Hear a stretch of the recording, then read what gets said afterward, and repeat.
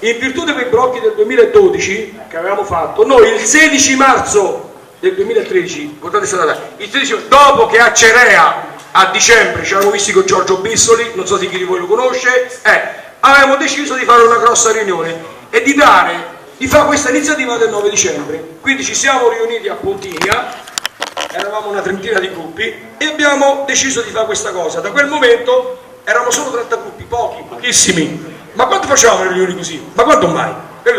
Quindi siamo andati in giro del paese a spiegare sta cosa, capito? Quelle persone, il 99%, ci stanno tutti.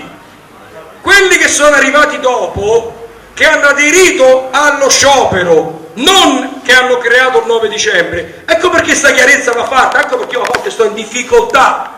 Ecco, voi lo dovete capire queste cose. Quelle persone che hanno creato, che hanno fatto muovere milioni di italiani dal centro al sud, compresi il nord come Giorgio Bissoli, ragazzi, quelle persone sono rimaste, perché Ferro è arrivato dopo e Lucio Chiavigato è arrivato il 2 novembre quando a Cerea abbiamo comunicato la data.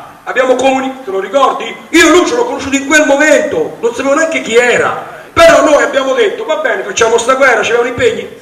Io ho dato la parola, siamo tutti uguali, c'eri tu, firmiamoci mantenevo questo impegno, non si tratta, tu hai visto che poi lo sai, quindi il 9 dicembre è nato da altre persone, però non appartiene a quella domanda, pure quella critica oggettiva delle cose, è giusta, non appartiene a quelle, appartiene a tutti, però ci stanno alcuni sassi, non vendetta, che vanno tolti, perché ha funzionato? Per quei motivi lì.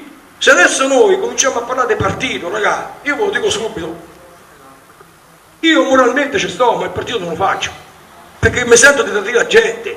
Questo è il problema, anche perché voi qua, se dovete fare un partito, vi dividete in 1000 partiti, non lo farete mai, mentre questa iniziativa insieme la famo, si può fare, è questa la differenza. Quindi quelli che hanno idee politiche, gli dovrebbe pure far piacere questa cosa, vuol dire che non andiamo a rompere le palle, invece di attaccarci, si dovrebbero stare zitti e appoggiarla esternamente, non attaccarci, perché noi non ne andiamo a attaccare, non l'abbiamo mai fatto, non lo faremo mai, attaccare un sistema.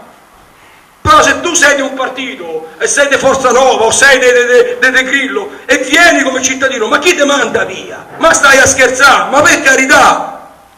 Però se tu De Grillo, De Forza Nuova, vuoi prendere come partito questa iniziativa, è chiaro che noi non te lo permettevo. È chiaro che certi passaggi sono stati così. Questo non te lo permetteremo perché è un errore gravissimo, ma non perché magari forse ideologicamente